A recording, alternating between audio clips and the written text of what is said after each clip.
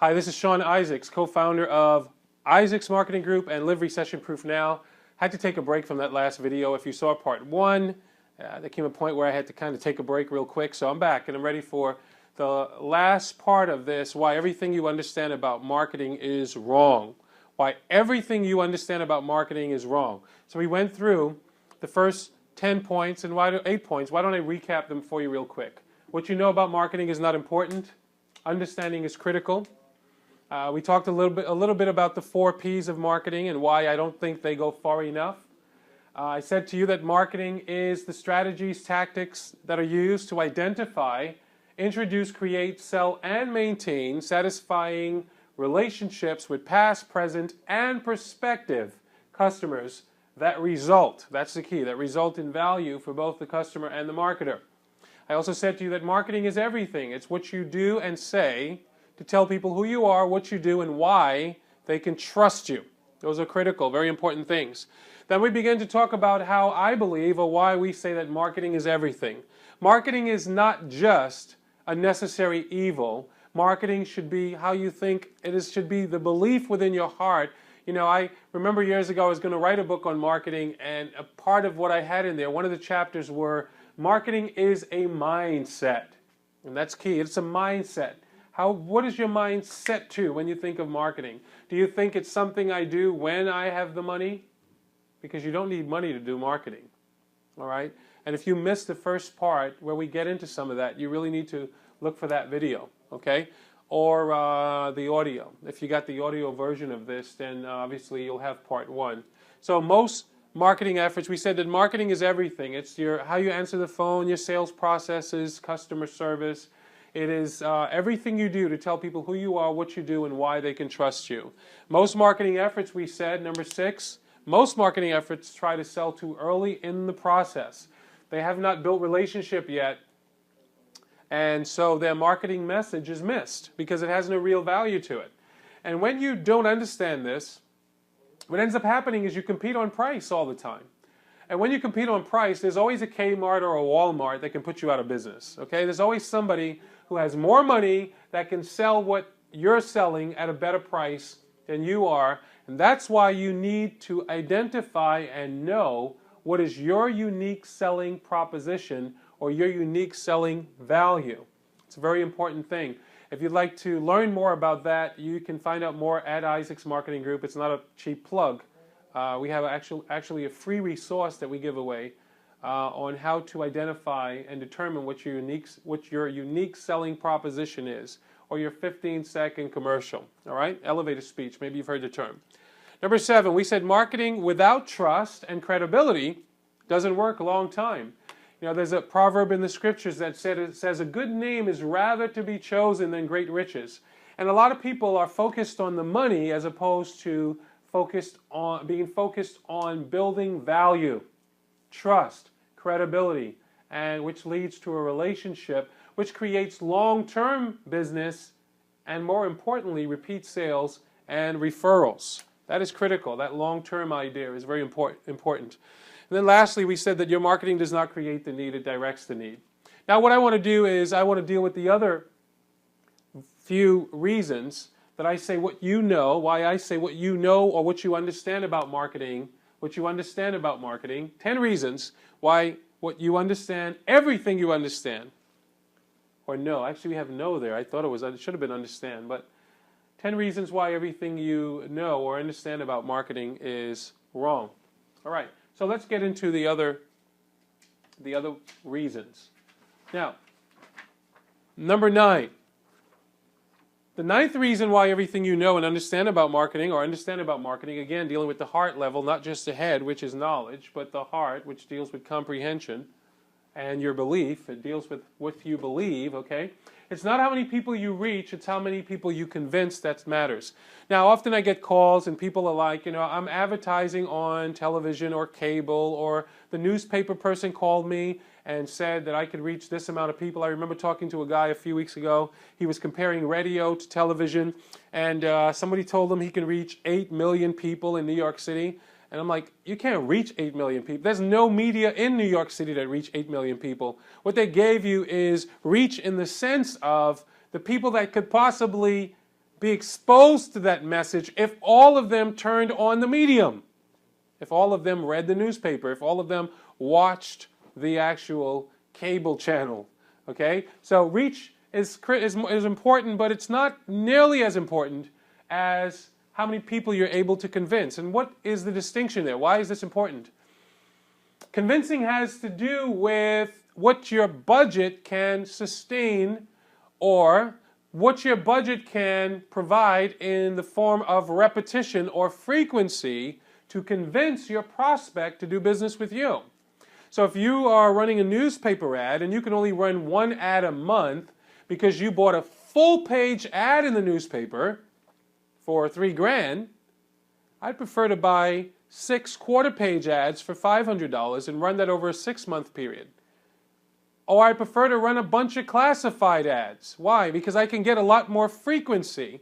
It's not how many people you reach that matters, it's how many you convince. You know, in the radio business where I work with a local radio station in New York, people call up all the time and they want to know what is the most popular time where I can reach the most people. And I say, well, that would be morning drive, 6 a.m. to 10 a.m.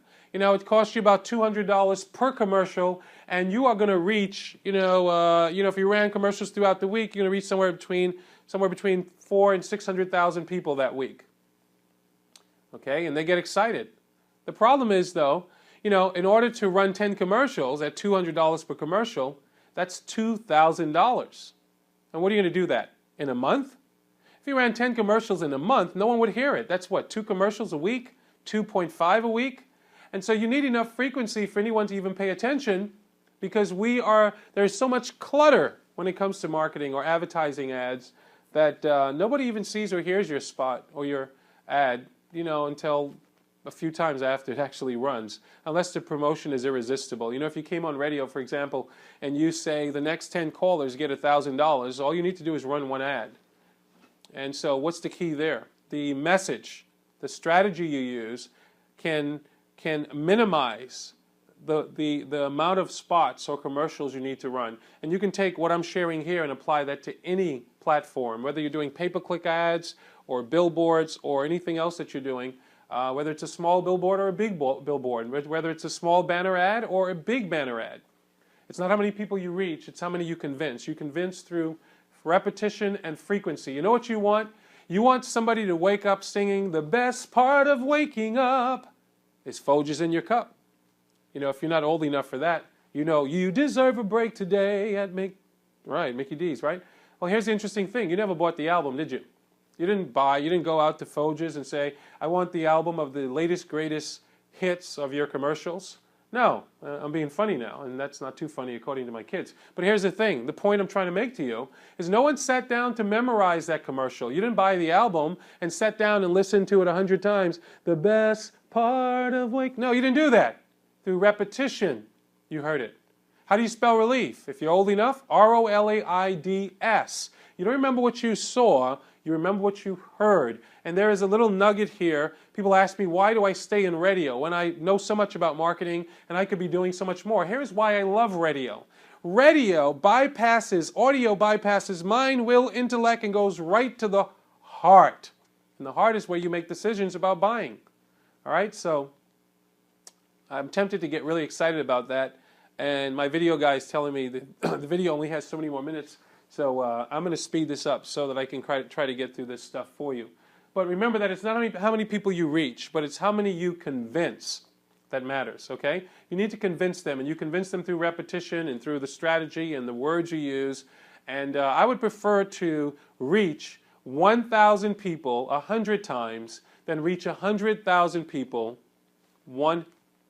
1,000 people 100 times? I'd prefer to reach 1,000 people 100 times than reach 100,000 people 10 times. You'll reach a lot more people, but if they don't understand, that's the key. Just hearing it is not enough. It has to go to the heart level or bypass the reticular activator. All right, that sounds pretty smart. All right. Bottom line is it has to get into the subconscious mind, and that's where people make decisions. Let's go on to our next point. Why everything you understand about marketing is wrong. Many people think of the sale when they are doing their marketing. Whether they're selling, all they're thinking about is, how do I close this deal? And you may say to me, why in the world would I make a video like this for free? Honestly, the principles and the things that I'm sharing here could be worth tens of thousands, if not hundreds of thousands of dollars to your business if properly and accurately applied. Why would I give it away for free? Because I understand that when you begin to see me as an expert at what I'm doing, you'll begin to ask me questions about what you're doing. That's pretty cool. I just made that up. So let's listen. Never think I must close or make this sale only. That's how a lot of people go into their selling processes.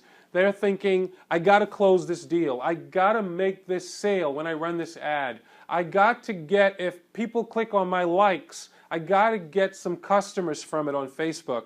If I do pay-per-click ads and they click, and I got 10,000 clicks, every one of them have to become a sale right now or else. See, that's the wrong way to approach it. What you should do is look at what can I afford to use in my marketing efforts consistently to grow my business, and then you do that consistently, whether that's $50 a month or it's $50,000 a month or $500,000. All right? So never think I must close or make this sale only in your marketing efforts. The Bible says that as a man thinks in his heart, so is he. Most people don't realize how much what they believe, not in their head, but in their heart, determines what they receive in life. See, it's one thing for you to say, I'm not about the sale. I'm not about the sale. And you say to people, you know what, I just want to learn about your business. I just want to introduce you to my products and services. If you decide to buy from us, great, but if you don't, we're okay with that anyway. But if in your heart you don't really mean that, there's a law that's at work, just like the law of gravity, just like the law of sowing and reaping. There's another law there, that if your heart's not in it and you're not being honest with people, somehow they can tell, and it hinders, I don't have time to get into this, it hinders your ability to create results. And so a lot of people, sales professionals, for example, are unable to create good long-term relationships and sales because the only thing they're thinking about, that person is a dollar sign to them. All right? And let me just give you a quick little tip here that we call the rules of selling. There's 4 rules or 4 steps in the rules of selling. Number 1, you want to build trust and rapport. That's why you can't sell up front without credibility. You need to build trust and rapport. Secondly, you need to find the need. A lot of selling and marketing efforts assume that it understands what the market wants or what the need is. And often you don't know without testing the market. Okay? So you need to probe to isolate needs. You need to probe to find out what the opportunities and the wants are. And then you need to isolate the dominant buying motive. There's a guy named Jeffrey Gitomer. Maybe you know him. He's, I consider to be one of the top, at least I haven't seen him in a while, but one of the top sales trainers over the last few years. He wrote a book called The Sales Bible. I just gave you a plug, Jeffrey. And Jeffrey is well known for making the statement, no one likes to be sold, but they want to buy. He's totally right. If you are marketing and doing sales processes and trying to identify a sale for your business, what is critical and very important is you need to identify those dominant buying motives. Okay? That's step 3. And then step 4 is you need to motivate them to take action. Or some would call it close the sale. So never think I must close or make the sale only. There's nothing wrong with thinking about the sale and planning and preparing for it and believing, as we have here, just point right over here for me real quick, believe that the customer will be better off for doing business with you. We call that becoming belief efficient. You should have a confidence that because of the product and the company you work with and how you are going to treat the customer and how you service them, that they will be better off doing business with you. If you are belief efficient, then you don't have to just focus on the sale itself, even though in the back of your mind, you understand that they will be better off for doing business with you. Okay, I think we're at number, what number is this? Wow, this is number 11. And I said 10. I told you there were a few extras and some bonuses. To be honest with you, as I began to think through this, I started out with 10, and it just kept evolving. All right. So real quick, I'll go through these others real quick. Think campaign instead of impressions, ad exposure, or promotion alone. Keyword is alone. You want to, as you're thinking about your marketing efforts, what hinders a lot of people from creating success, business owners, entrepreneurs, and others, is they are just thinking about the amount of impressions they can get, the amount of exposures, the amount of people that can see the ad, or how they can get result if they are going that far, or the promotion. But the challenge for many is it's not tied to anything. It's all scattered and separated, and it's not a campaign. You know, you can learn a whole lot from the promoters of movies. If you are a movie goer, maybe you'll go to the movie theater this week and you'll see a promotion for, I don't know, Spider-Man 4, like a year in advance. But they don't have that commercial in the movie theater every week. They would run out of money. What do? They drop little seeds here and there. All right, so you get the little exposure. They're thinking campaign. What are they doing? They're planting a seed and they're building relationship until it's time to release the movie. And when that movie is released, that week or those 2 weeks, then the advertising blitz is everywhere.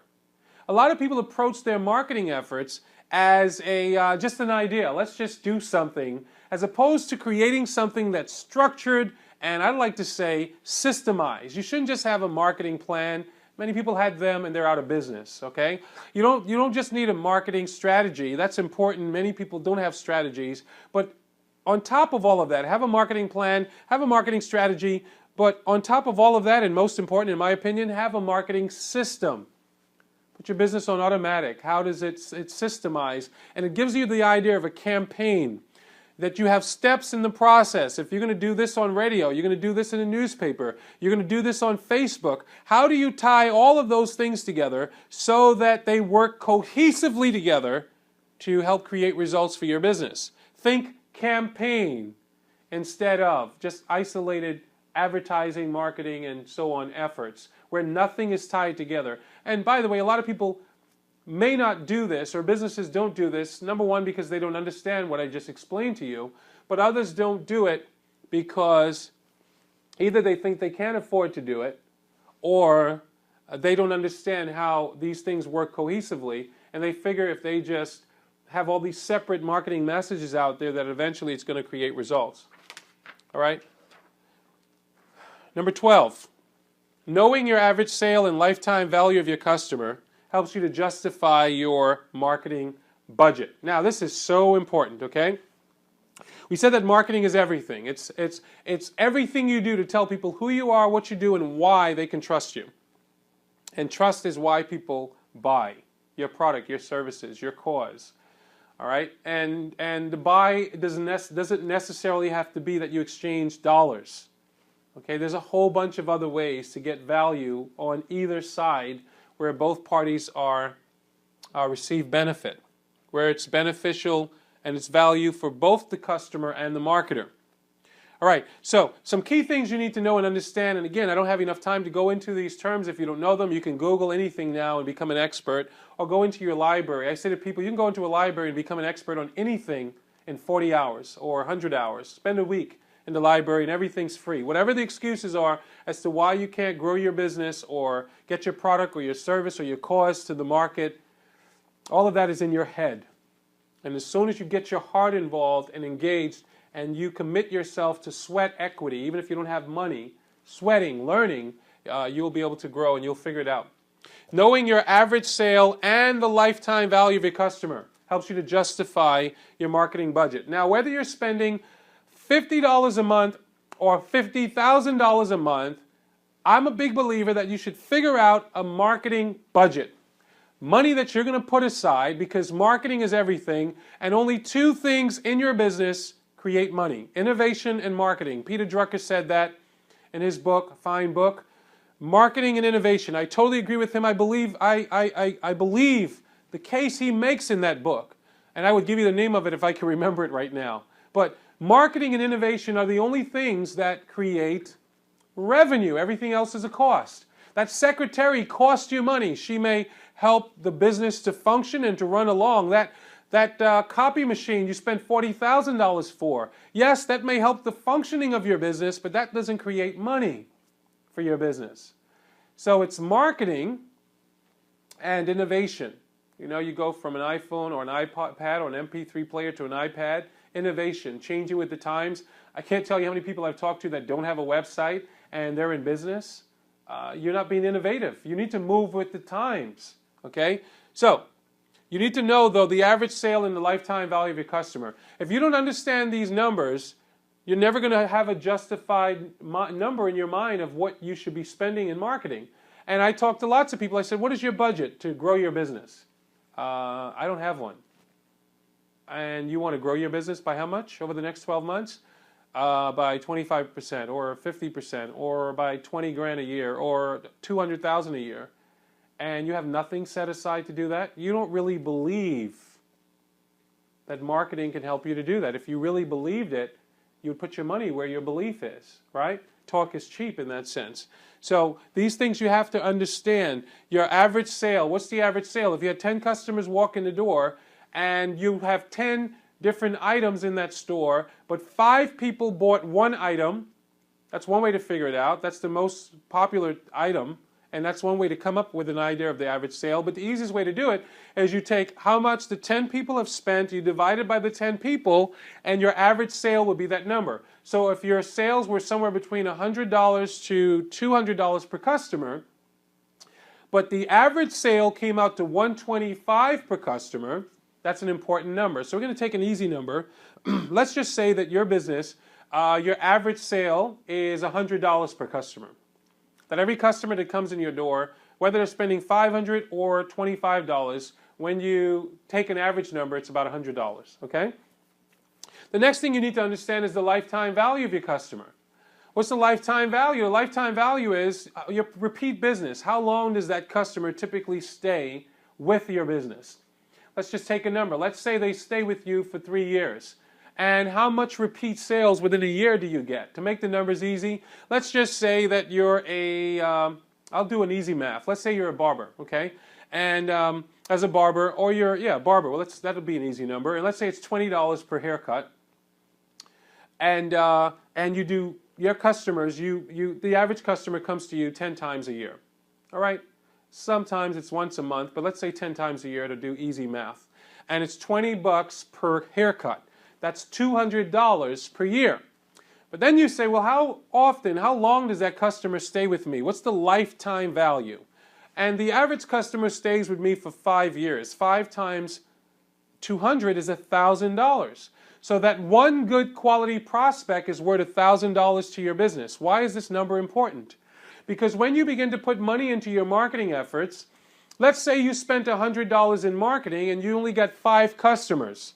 You would say to me that I only got 5 customers and the average customer spends $20. I broke even. I spent $100. I made $100. But that would not be right if you understand how marketing works. See, it cost you $20 per customer. We call that the cost to acquire the customer. It cost you $20 per customer to get them in the door. So you had 5 customers for your $100. But in reality, those 5 customers, the lifetime value of those 5 customers is $200 per year times 5 years, if they stayed 5 years. That's $1,000 per customer. That means that each customer is worth $1,000. So in reality, you would have spent $20 to acquire a customer that brought you $1,000 over a 5-year period. I hope you got that. But that's still not the lifetime value of your customer. The lifetime value of your customer also includes how many referrals do you typically get from this good quality prospect. And the best way to do this is to take all your customers and pick the best ones and use them to create the data. Okay? So let's just say that over that 5-year period, that a good customer who comes to you 10 times a year and spends $20 at a time and stays with you for 5 years would normally in that 5-year period bring you 3 referrals. So the 5 customers would have brought you 3 referrals. That means you would have got 15 customers.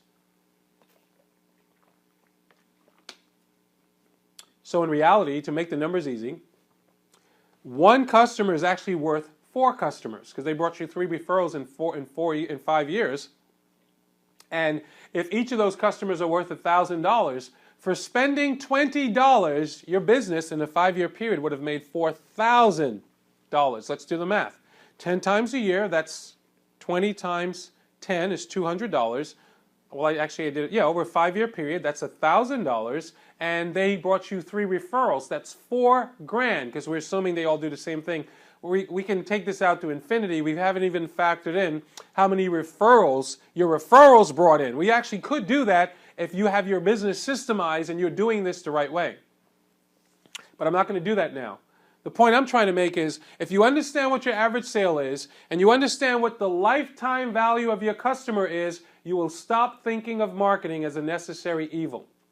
And no one who's calling to sell you marketing services, and I make the case for all of them to some degree right now, none of them would have to convince you to spend money to grow your own business. Because if you understand what I'm telling you here, this would help you to justify your marketing budget. And you should have a marketing budget. And again, don't think of marketing as just advertising. There should be money that you use to put out press releases, to promote your business, to do social media campaigns, to enhance your sales training, bringing in people to train your sales staff, to increase your conversion rates. There are so many things here that I can get into, but let's get into, so those are it's turned now into actually 12 reasons why everything you understand about marketing is wrong. And I quickly now want to go through some bonus material, that I decided to kind of just throw in. I got another 10 minutes, I think, on this video. So bonus number 1, word of mouth will always be the best and most powerful form of marketing. I talk to lots of people and they say, we don't spend money on advertising, we just depend on word of mouth. That's great. And I would be the first to tell you it's the best. Here's the challenge. I have not found one person yet that I've talked to, maybe you're out there, that could tell me how to create word of mouth. See, word of mouth worked very well in a good economy.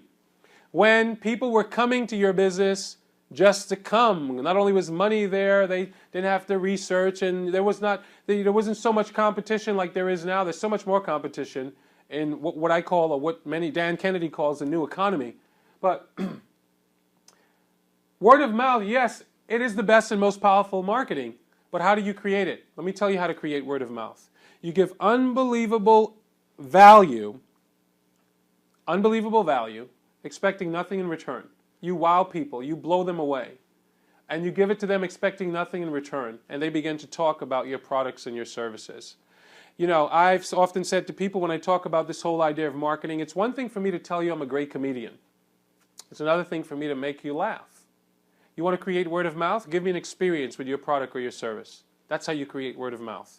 The challenge is, if you don't understand that that's a marketing effort, all you see is I'm spending money, I'm giving away a product that costs me $25 or is worth in value $100 if I sold it, depending on your markup. And all you see is I just lost $100, and your thinking is small. You don't understand how marketing works. See, if you understand the things that I'm sharing in this program, what happens is, if word of mouth is the best, then I want allies for my business who get excited about my product and my service, and even though I may give them that experience for free, they're going to tell others about it. All right? So much of my business is based on referrals. I don't do a lot for IMG. About 95% of our business in IMG is referrals.